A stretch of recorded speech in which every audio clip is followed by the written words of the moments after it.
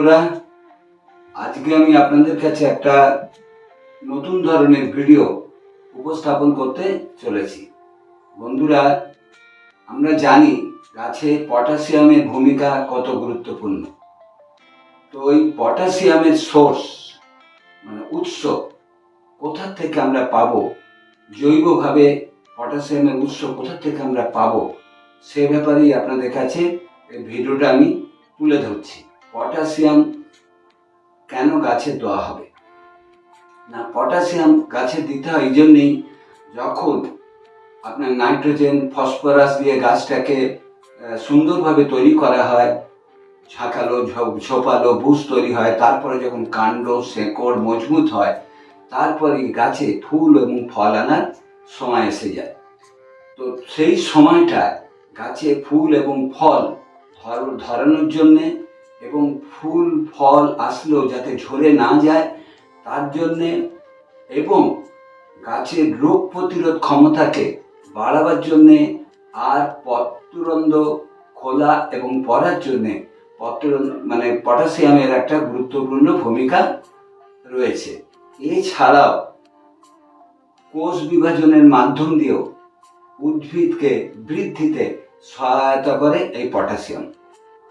এবারে বন্ধুরা, পটাশিয়ামের অভাব হলে কি কি লক্ষণ দেখা যায় এবং দেখে আমরা বুঝতে পারবো গাছে পটাশিয়ামের ঘাটতি। যে পটাশিয়ামের অভাব হলে গাছের পাতায় ওপর দিক থেকে শুকিয়ে যায়, পুড়ে যায় এবং পাতার বর্ণ বাদামি আকার ধারণ করে এবং পাতা কোনো কোনো সময় কুঁকড়েও যায়।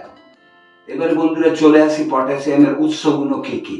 আমরা সাধারণত জানি যে কলার খোসা থেকে একমাত্র জৈবভাবে পটাশিয়াম পাওয়া যায়, কিন্তু বন্ধুরা এছাড়াও আরো বিভিন্ন সোর্স রয়েছে, পটাশিয়ামের উৎস রয়েছে। আজকে আমি এই ভিডিওটা আপনাদের কাছে তুলে ধরছি আর কি কি উৎস থেকে আমরা পটাশিয়াম এবং বহু খনিজ ম্যাক্রো এবং মাইক্রোনিউট্রিয়েন্ট আমরা যে জিনিসগুলোর থেকে পাবো, এবং সেই জিনিসগুলো প্রতিনিয়ত আমরা ঘরে ব্যবহার করি এবং ফেলে দিই। সেই ফেলে দেওয়া অংশ থেকে আমরা ম্যাক্রো এবং মাইক্রোনিউট্রিয়েন্টের প্রচুর, পটাশিয়াম ছাড়া প্রচুর অন্যান্য জিনিস আমরা পাবো, সেটাই আপনাদের কাছে তুলে ধরছি। বন্ধুরা, প্রথমেই চলে আসি আলুর খোসা। এই যে দেখছেন এই আলুর খোসাটাকে আপনারা এক মুঠো 1 লিটার জলে নেবেন, নিয়ে 3 দিন আপনারা ওটাকে ভিজিয়ে রাখবেন। সেই জলটাকে ছেঁকে নিয়ে সম পরিমাণ জল, মানে ওই 1 লিটারের সাথে লবণের সাথে 1 লিটার জল মিশিয়ে গাছে আপনারা টব অনুযায়ী দিতে পারেন। এবারে প্রশ্ন হচ্ছে, আলুর খোসাতে আমরা কি খনিজ পুষ্টি উপাদান পাই না, আলুর খোসার মধ্যে প্রচুর পরিমাণ পটাশিয়াম রয়েছে, ম্যাঙ্গানিজ রয়েছে, ক্যালসিয়াম রয়েছে, সালফার রয়েছে ইত্যাদি খনিজ উপাদান আলুর খোসার থেকে আমরা পাই। এবারে দ্বিতীয় চলে আসছি আমরা বন্ধুরা আপেলের খোসা। ফেলে দেওয়া, আমরা আপেল খাওয়ার পর যে খোসাগুলো ফেলে দিই, এই আপেলের খোসায় গাছের প্রচুর পরিমাণ ম্যাক্রো এবং মাইক্রোনিউট্রিয়েন্ট আছে। তার মধ্যে ম্যাক্রোনিউট্রিয়েন্টের মধ্যে পটাশিয়াম প্রচুর পরিমাণের মধ্যে রয়েছে। তো এছাড়াও পটাশিয়াম ছাড়াও আপেলের খোসার মধ্যে কি কি থাকে জেনে নেওয়া যাক। পটাশিয়াম ছাড়াও এর মধ্যে ক্যালসিয়াম আছে, ম্যাগনেসিয়াম আছে এবং সালফার আছে। এতগুলো পুষ্টিমূল্য এই আপেলের খোসার মধ্যেও আছে। এবারে আসি বন্ধুরা নাশপাতির খোসা।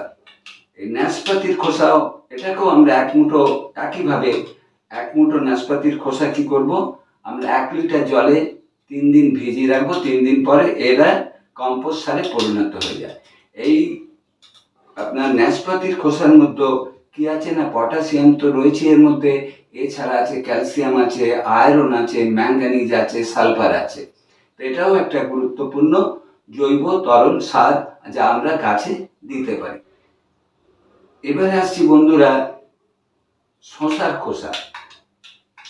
খোসা ও গাছের মধ্যে প্রচুর পরিমাণ পটাশিয়াম পাওয়া যায়। পটাশিয়াম ছাড়াও এর মধ্যে আছে জিঙ্ক আছে, ক্যালসিয়াম আছে, ম্যাঙ্গানিজ আছে, ম্যাগনেসিয়াম আছে এবং সালফার রয়েছে এই আমার শসার খোসার মধ্যে।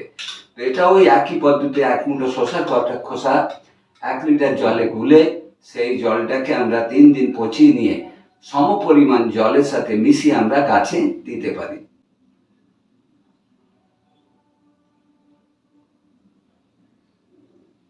এবারে বন্ধুরা চলে আসছি পেঁয়াজের খোসা।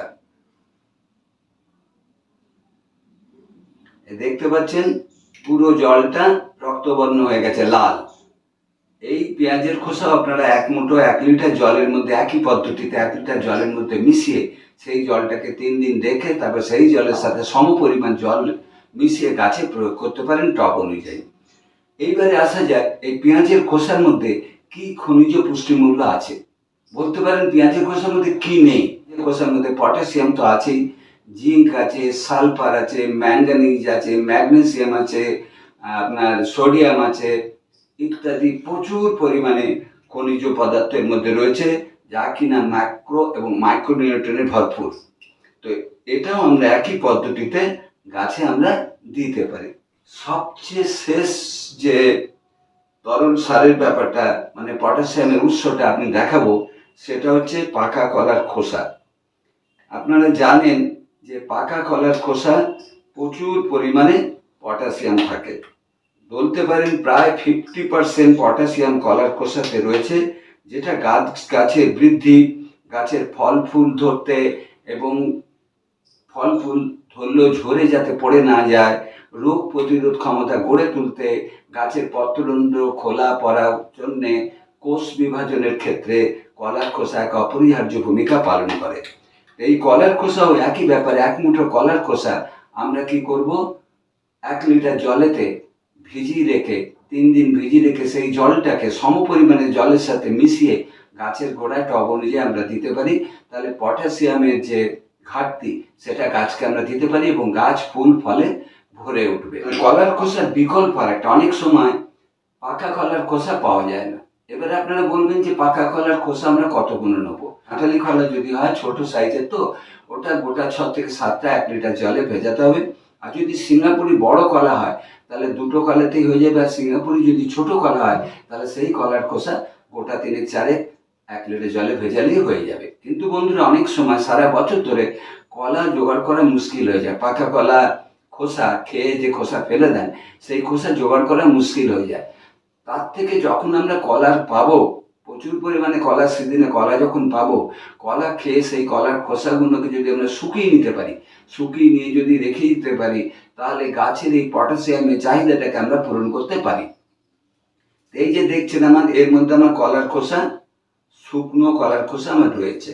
এটাকে সরাসরি মাটিতে দোয়াতে মাটি খুঁচিয়ে নিয়ে, না হলে সবচেয়ে ভালো হয় এটাকে ব্লেন্ডারে মিক্সিতে গুঁড়ো করে ডাস্ট করে পাউডার করে রেখে দিলে টব পিছু আপনার 1 থেকে 2 চামচ অবধি প্রতি টবে আপনারা দিলে পটাশিয়ামের চাহিদা আমরা পূরণ করতে পারি।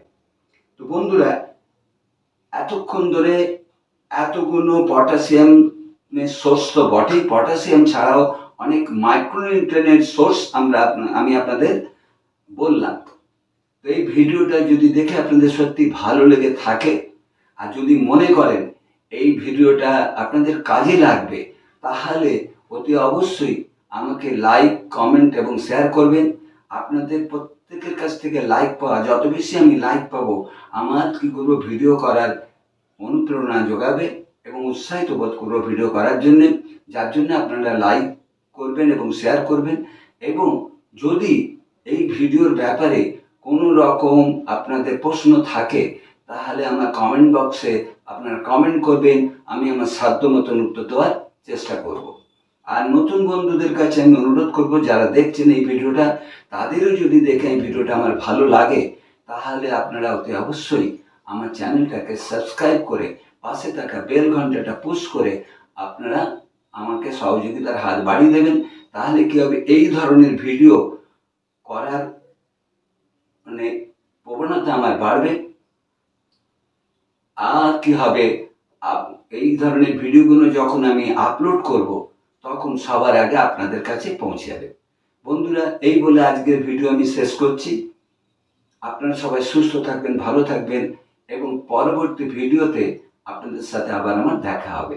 ধন্যবাদ বন্ধুরা।